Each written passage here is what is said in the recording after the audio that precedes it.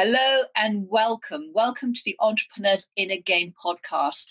Today, I'm delighted to welcome Yann Ilunga. He is a podcasting and systems consultant and an international speaker and podcaster with over 300 episodes published. He helps podcasters, authors, coaches, and entrepreneurs to be more efficient, get lots more exposure, acquire leads, and attract prospects by leveraging podcast hosting, guesting, and implementing automated systems. He's been dubbed a podcasting advocate by Forbes and the unicorn-level digital marketing expert by Inc. magazine. Yann, a huge and very warm welcome to the Entrepreneur's Inner Game podcast. I'm thrilled to have you on my show.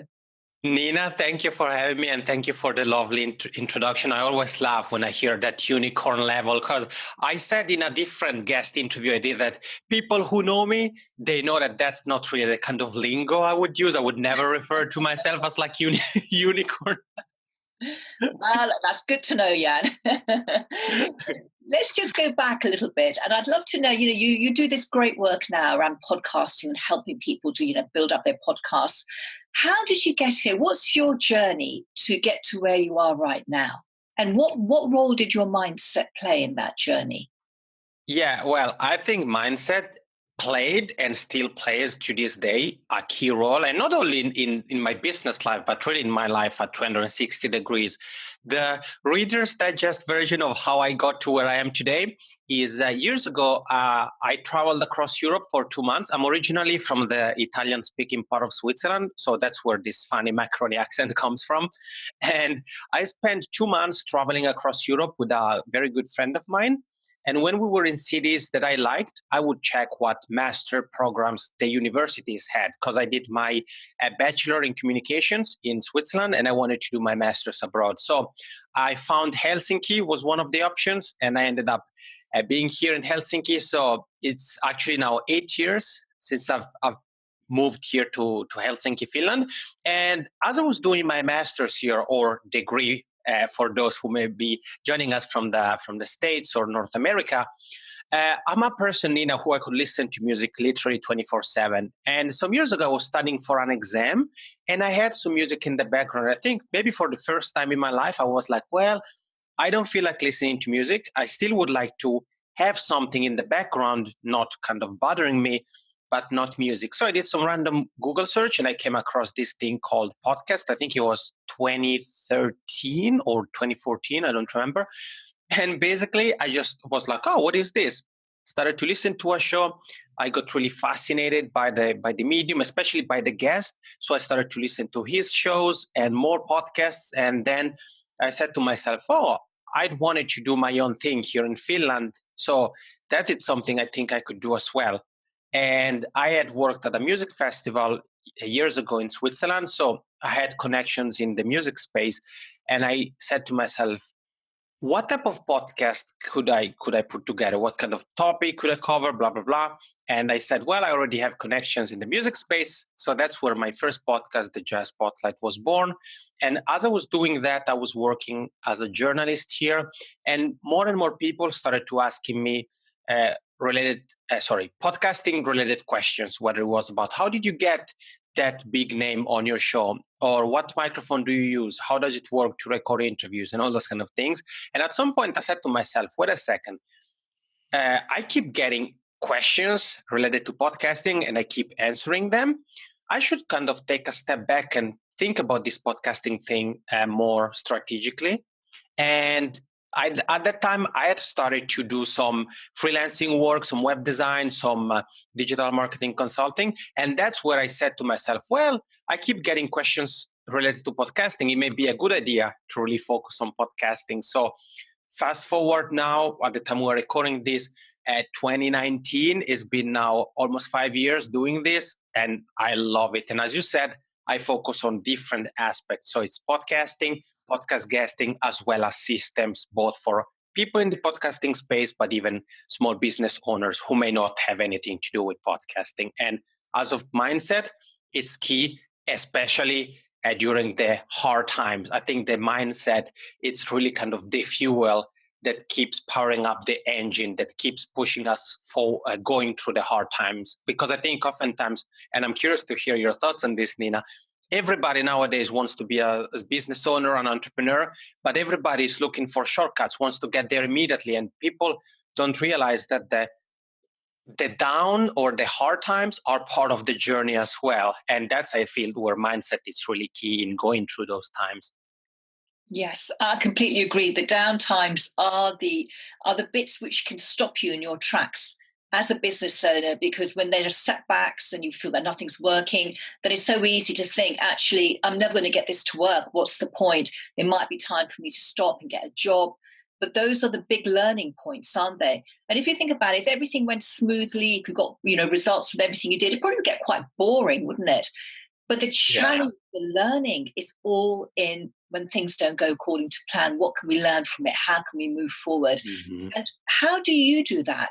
When you have a setback, how do you pick yourself up and keep going? How do you stop it from defeating you? Yeah, I think that's the $1 million question. And I would say the first thing, it's important for everybody who is here with you and I, Nina, to identify what is their, I would say, point of relaxation. And that could be going for a walk. It could be, playing with your dog. It could be spending time with your family or kids if you are a parent. It could be listening to music. So, for example, in my case, it's a combination of a few things. It's definitely music. So I listen to a bunch of different types of music. So music really helps me relax. It helps me also, it motivates me. It pumps me up sometimes, depending on the music genre. Sports, physical activity, it's another thing. And then sometimes also something that I found that is very helpful is to take a step back, unplug from the specific situation, and think about something else or try to do something else, which isn't always easy. And then I've also found that sometimes having conversations with, especially if you're a solopreneur, like in my case, most of the work I do, it's remote work.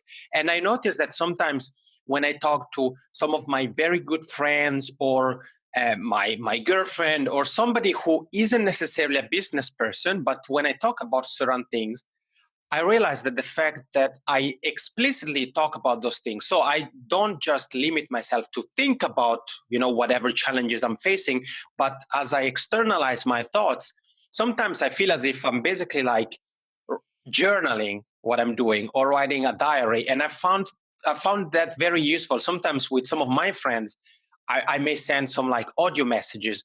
And by the time I'm done with those messages, I feel that they almost had a therapeutic effect on me in a way.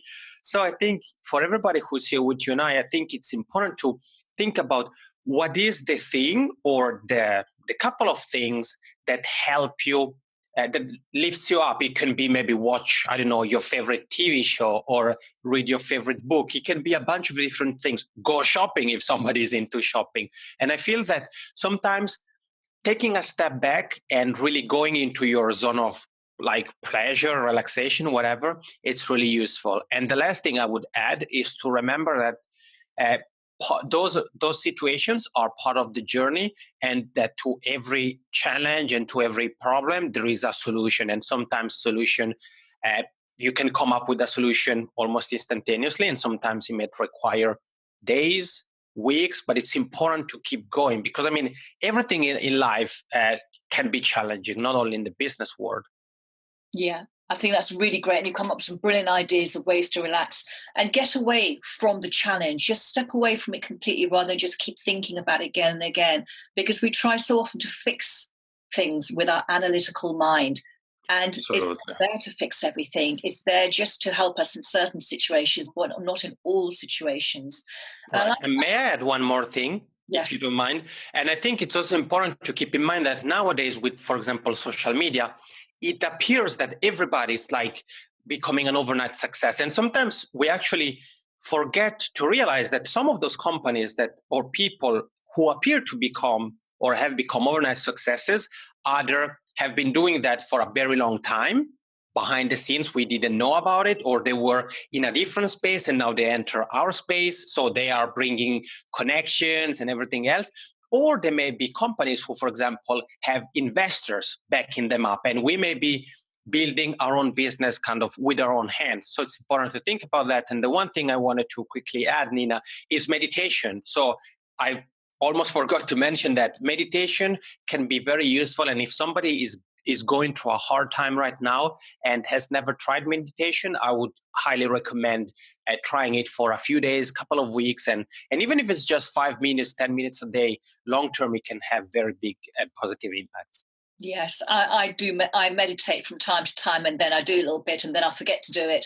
But when I do it, I always notice positive benefits from it, and everything calms down. It's almost like putting things into perspective. Suddenly, that big problem doesn't seem so big anymore. It just seems okay, and it's easy to deal with.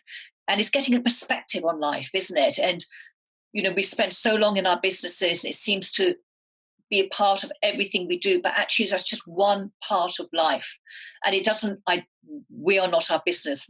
That's not our identity, and we wrap our business up with our identity so closely that when things don't work out, then we feel like a failure, and that could be a big mistake that we make unconsciously. So what would you say is the biggest lesson you've learned so far as an entrepreneur? What's the one thing you think, well, I wouldn't have done it that way. If I'd known with hindsight now, I would have done it this way. What's the one thing that you think, well, this is my biggest learning so far? I would say my biggest learning that is probably also useful for other people is to leverage your connections more. I'm often praised for the fact that I'm a very good people's person. I have social skills, I have a network and all these kind of things. But somehow, if I think about it today, still to this day, sometimes I get some consulting clients that were referred to me, I'm introduced to. So if I were to start a business today, one of the first things I would actually do is I would take pen and paper, or like in my case, I'm more of a digital tools kind of a guy. So I would open my project management tool, which is called ClickUp, and I would start to think, okay, who do I know? Who am I connected with on Facebook, on LinkedIn? Which contacts I have in my phone? I would start to make the list, and I would reach out to the people that are on the list, and I would say, okay, so do you happen to know anybody who you think would need help with 1, 2, 3? And I'm pretty sure that if we were to look at our network of contacts and really not being afraid to utilize it, we would get more results, whether it's more clients, more speaking gigs, more interviews, more introductions, more whatever, fill in the blanks. I feel that for me, that has been the biggest thing, that somehow I've been very good at connecting people, introducing people, but when it came to my own business, sometimes I could have dared to ask for more, for example, introductions, or even simply let people in my network know, oh, this is what I'm focusing on. If you know anybody, would you mind introducing me to him or her? So I would say that's the biggest thing, that if I could go back in time, or if I were to start a business today, that's definitely one of the very first things I would do. And not only I would do, but I would also make sure to keep doing every now and then, whether it's on a monthly basis, quarterly basis, or yearly basis. Because it would be ideal to be in a world where you just don't do anything and clients come knocking at your door. And for example, some of my consulting clients have that problem of having too many clients, but I think for most of us, that's not the case. So I think looking at your network and not being afraid to ask for an introductions can really go a long way. It sounds like a very straightforward and intuitive step, but I feel that so many of us are actually guilty of not doing that. Yeah, I think that's brilliant. And you said something very interesting. You said not to be afraid to ask for introductions. So let's look at this piece, because we all have a network, and even people, who are starting in business, they have a network as well without even realizing they have one. So what is the thinking then to get over that fear? How do we need to think and behave in order to get over that fear of asking? Because some people are so shy about asking. They feel they're under obligation then, that they're asking something for something without having given something first. Because often we say, give value first before you ask for something. So if you were to reach out to your contacts and say, this is what I'm focusing on right now, do you know anyone who might be interested in this? If you do, would you be able to introduce me? How can you get over that fear, that embarrassment of asking for something? Yeah, I actually loved how you prefaced the question, Nina, because it basically made a point pop up in my head that I see that as well. As I said, I have a pretty good network of contacts, and sometimes I may get, let's say, a LinkedIn message or an email from somebody who I wouldn't say I know personally, but may have had some exchanges in the past, and is a person I haven't heard of from in a couple of years.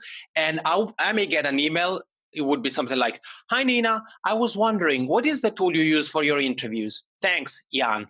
So not asking, I feel it's not a personable interaction. The person doesn't really care about me. Is the dynamic or the transaction is unilateral. You want it to be ideally bilateral. So it should be, giving and taking. And I think you should think of the connections you have and interact with them as you would with a friend.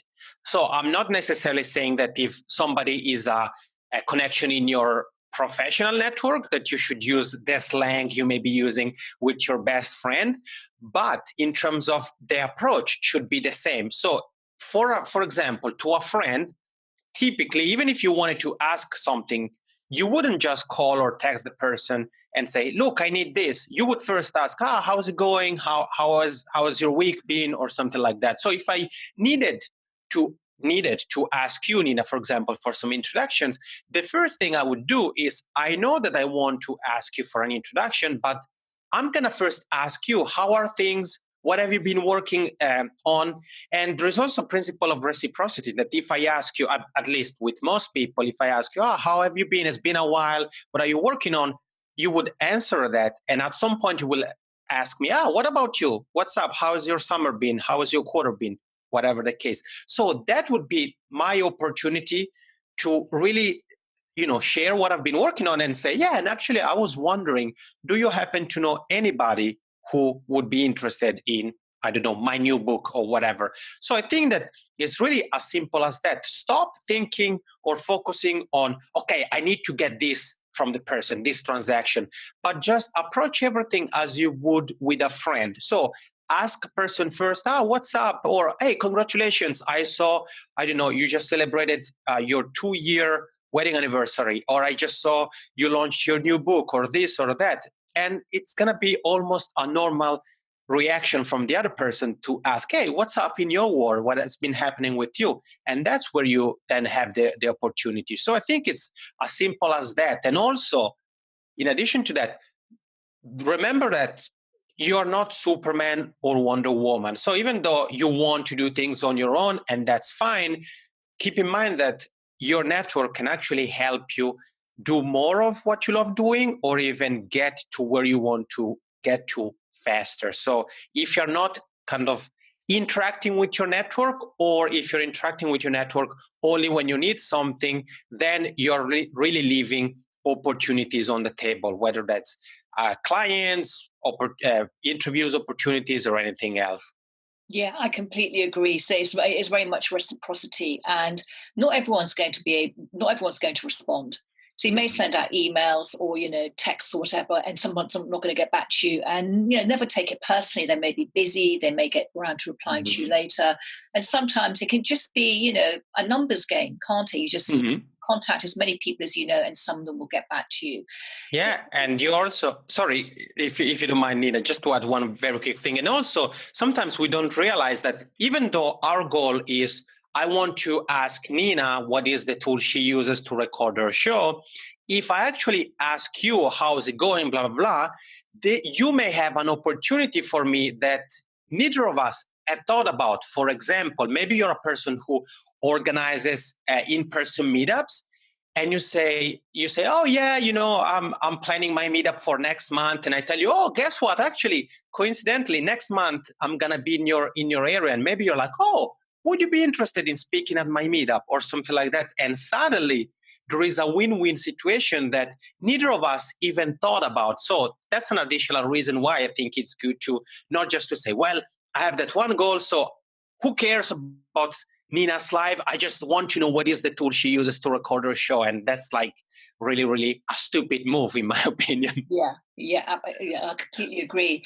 Let's talk a little bit about podcasts, because this is your area of expertise. Mm-hmm. And it's a brilliant way to connect with people, because I heard you being interviewed on someone else's podcast. Mm-hmm. I really loved the podcast, the interview that you gave. I thought it was full of value. Thank you. So I invited you onto my podcast, and now we have a relationship and a connection. So this is such a lovely way, isn't it, to meet people through a podcast?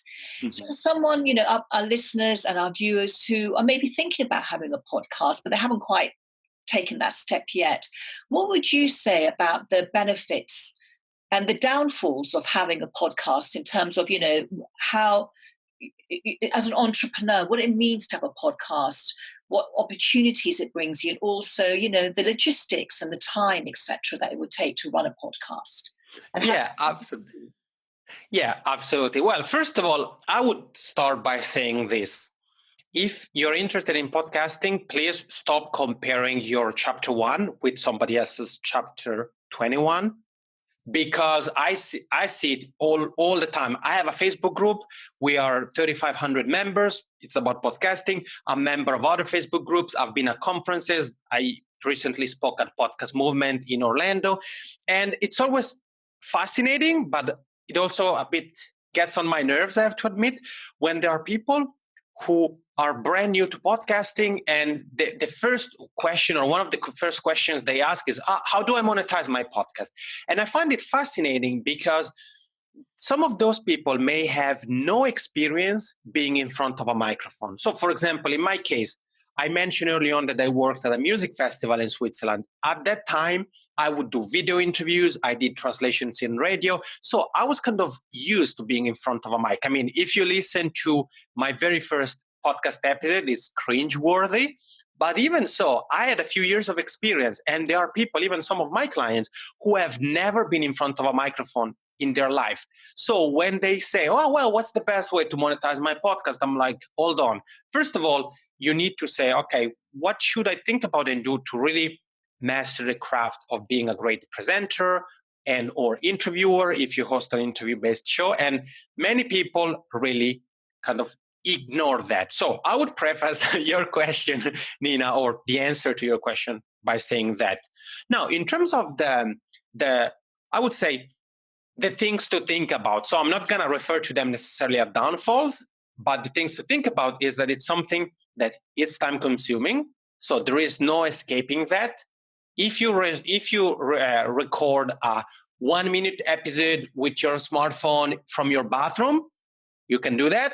I'm pretty confident it's not gonna go far, because a great listening experience is a puzzle. It's a combination of a few different things, and those are the audio quality, the value, the content you share, your personality, if you have guests, the contributions the guests give to the show, and so forth. So there is some time that you're going to have to invest in podcasting, whether that's with the recording, with the editing, with other things. You are going to need to put in some time.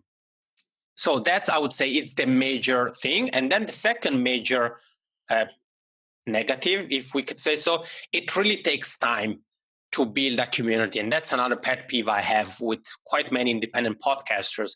I remember a couple of months ago, I saw a post in I think it was the Podcast Movement Facebook group, which has over 20,000 members.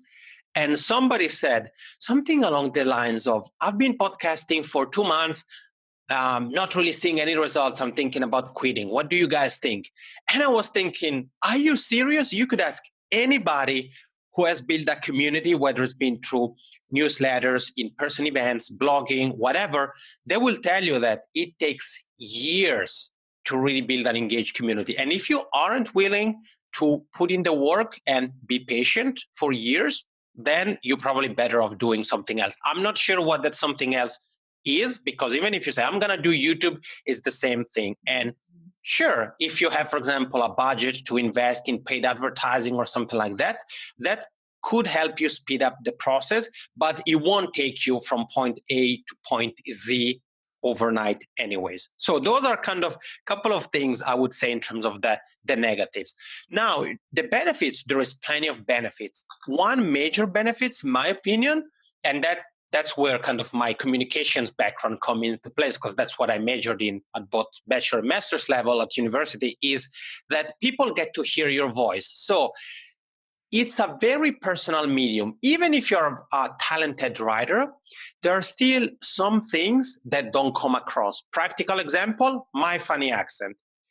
If you and I were to do this interview and you were to publish it only as a written interview, people wouldn't get well. And actually, I can say you have an accent as well, Nina, for somebody who would listen to us from anywhere else outside the UK. And that component wouldn't come into play. And actually, it's something that it's very important, because sometimes some people email me or contact me or tell me at conferences, because I often make the joke of my accent. So people remember that, say, so you're not Italian, but you speak Italian, how come? And I say, well, because in Switzerland, we speak Italian, yada, yada, yada. But that small thing actually contributes to the listener and myself connect on a more personal level. So the benefit of leveraging your voice is huge. The barrier of entry is much lower compared, for example, to something like video. Obviously, nowadays, we can make videos with our webcams, with the smartphones. We can make very good quality videos. But the overall costs of the equipment, it's much lower with podcasting. So you can start with podcasting with a good microphone. You would sound very good for something like a couple $100. Or in pounds, I don't know how much that would be. But anyways, wouldn't have to break the bank. So that's a huge thing. And then another thing that it's very good is basically the content consumption aspect. So podcasting or audio content has a longer consumption window compared to written and visual content. And the reason for that is very simple. Can you remember, Nina, the last time you watched a video or read a blog post while you were driving? No. Yeah, I can't either, because that's the thing. With visual content, textual content, our undivided attention needs to be on the device, on the screen. Whereas with audio content or podcasting more specifically, we can listen to podcasts, or people can listen to our show pretty much while doing anything else, whether that's driving, commuting, jogging, exercising, walking the dog, cooking, if you're careful, while you're taking a bath. So there is plenty of different scenarios where we can do that. And that means that we have an opportunity to really become a constant presence in people's life, especially if we have a show that is maybe daily or something like that. People may start to associate listening to your show with something that it's part of their routine. For example, walking the dog. Somebody may say, I'm going to walk my dog today. I'm curious to hear the latest from Nina's show. And they're going to listen to you. And I got an email once, doesn't happen often, but somebody sent me an email and said, just wanted to say thank you. I went on a road trip, drove for like 12 hours, and you were with me the entire time because I listened to several interviews of the Jazz Spotlight. And what is very cool about that is that in the business world, we often talk about the so-called know, like, and trust factor. And I'm pretty confident that somebody who listens to you for several minutes or even several hours in a row has got to a point where they feel as if they know you. And if you've done a good job, they also like you and trust you. And if you have a business and your show is connected to your business, then you have an opportunity to basically, present your products or services to people, and they will already be like, oh, okay, well, I like what you do on your show. Tell me more about how I can work with you. Yes. So this is lots of food for thought for anyone who's thinking about starting a podcast. Mm-hmm. And it's not a get-rich-quick scheme. Mm-hmm. But for me, I love it. It just brings me so much pleasure, really finding out about someone's life and their thinking and then sharing it with people. So for me, it's not about making money. It's about sharing great content that may help someone. So I suppose it's about thinking about what you want to get out of it as well. Exactly. Strategic. If you enjoy something, you're going to carry on doing it. I'm guessing that consistency is one of the secrets of having a successful podcast. Yeah, and actually you touched upon a very good point. So the consistency element is important, but so is strategic thinking, because a mistake I see both podcast hosts and podcast guests make quite often is they have an interview. And for example, let's talk about it from the perspective of a guest. I have an interview with you. I say, okay, how long is the interview going to be? 30 minutes, 45 minutes? Okay, that's the window of time I carve out. And as soon as the interview is finished, thank you, bye. Let me know when the interview is over. But actually, that's a big mistake, because if you make sure that you have even just 1 or 2 minutes for a quick chat after the interview, that's where oftentimes the magic really happens. So, for example, in my case, I organized the Podcast Success Summit, a digital conference about podcasting, and its first edition in 2016 was the biggest digital conference about podcasting in the world, because it featured 80 speakers, and some of them were New York Times bestselling authors like Joel Comm, Jay Baer. I interviewed John Lee Dumas. I interviewed Jordan Harbinger. And I would say probably 80% of those 80 speakers were people who actually had connected originally through a podcast. So in my case, what I always do, and I would recommend everybody doing something similar, is I always make sure that I connect with the host or the guest on different channels after the interview. It can be Facebook, it can be LinkedIn, so that I have interaction with them. And if at some point I want to, for example, speak at a conference, I may say, well, who do I know that organizes a conference? Wait a second. Didn't Nina mention the fact that she was planning a conference? Oh, let me reach out to her, see what's up, and see if that's something she's still pursuing. So oftentimes people think, well, I just want to get thousands of downloads, millions of downloads, so I can get sponsors, yada, yada, yada. And they ignore these other aspects that may be easier to achieve and incorporate into your business strategy. So definitely be strategic about what you want to get out of it. For example, for me, all of the podcasts, the different podcasts I launched had very specific purposes. The 360 Entrepreneur, which was my second podcast, was in the business space. My goal with that show was growing my network. So I was doing interviews, connecting with people. With some of them, the interview was just the icebreaker for other things like joint webinars and stuff like that. My latest podcast, the Podcast Lab, something completely different. I said to myself, I work in the podcasting space. I'm a podcasting consultant. I need to have a show about podcasting. So that show, it's more, or the purpose of that show, it's more for me to showcase and share my expertise. So I think it's important for everybody, as you said, Nina, to really ask oneself, what do I want to get out of the podcast? Because some people, or for some people's goal, they may realize that even though they thought, I want to conduct interviews, an interview-based show may not be the best format for them to achieve their goal. So it's important to really think about those aspects. Absolutely, before you start.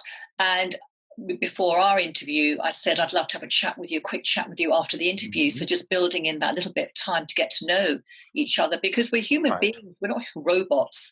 Mm-hmm. And it's all about connections and, and building relationships. That's what makes the world go around. And this is such a great opportunity to do that. Mm-hmm. So we have rapidly come to the end of our 30 or so minutes together. Time has flown by. So how can our listeners and our viewers find out more about you and your work? Sure. Well, first of all, I want to say thank you, Nina. This has been a blast. And yeah, I just love talking about these things. And as we both said, I think mindset, it's something that it's kind of talked about with trendy things like mindfulness, for example. But I think it's very important. And oftentimes we just put it, in a closet, we close everything, we forget about it, but it's a very key element. Now, to answer your question, well, my main site is yannilunga.com, so people can find more about myself there. And the spelling is YANNILUNGA. I know you're going to probably have the notes here, but yes. Yannilunga.com is the best way to learn more about myself. And if you would like to actually join the podcasting community I mentioned early on, it's called Podcast Growth Mastermind. It's completely free. We have over 3,500 members, as I said. We talk about different aspects of podcasting. Sometimes can be monetization, it can be repurposing content, can be podcast guesting. We have people from all over the world, people who have been thinking about starting, people who are experts, people who aren't podcasters but work for companies that provide services for podcasters. So great place to be at. If you want to join the Facebook group, simply go to yannilunga.com/community. So that link will take you to the Facebook group. I would say yannilunga.com/community is the one link everybody should consider visiting. Fantastic. And I'll be joining your community because I want to find out more about podcasting. It's such a wonderful thing to do. Great. And thank you so much for being on our show. You've shared so many wonderful things, from mindset to the actual logistics of podcasting. And for everyone who's been watching and listening, I hope you've really enjoyed this interview with Yann. And thank you so much for being with us today. And until next time, bye-bye for now.